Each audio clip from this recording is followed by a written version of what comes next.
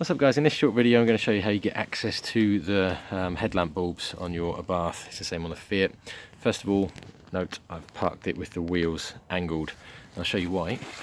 Because once you've done that, you can then get in here. So you'll see this little box.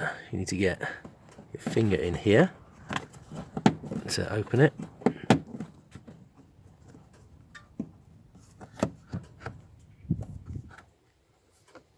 Quite fiddly, there we go. Once that's out, you got access to it. Inside here there's a little rubber grommet.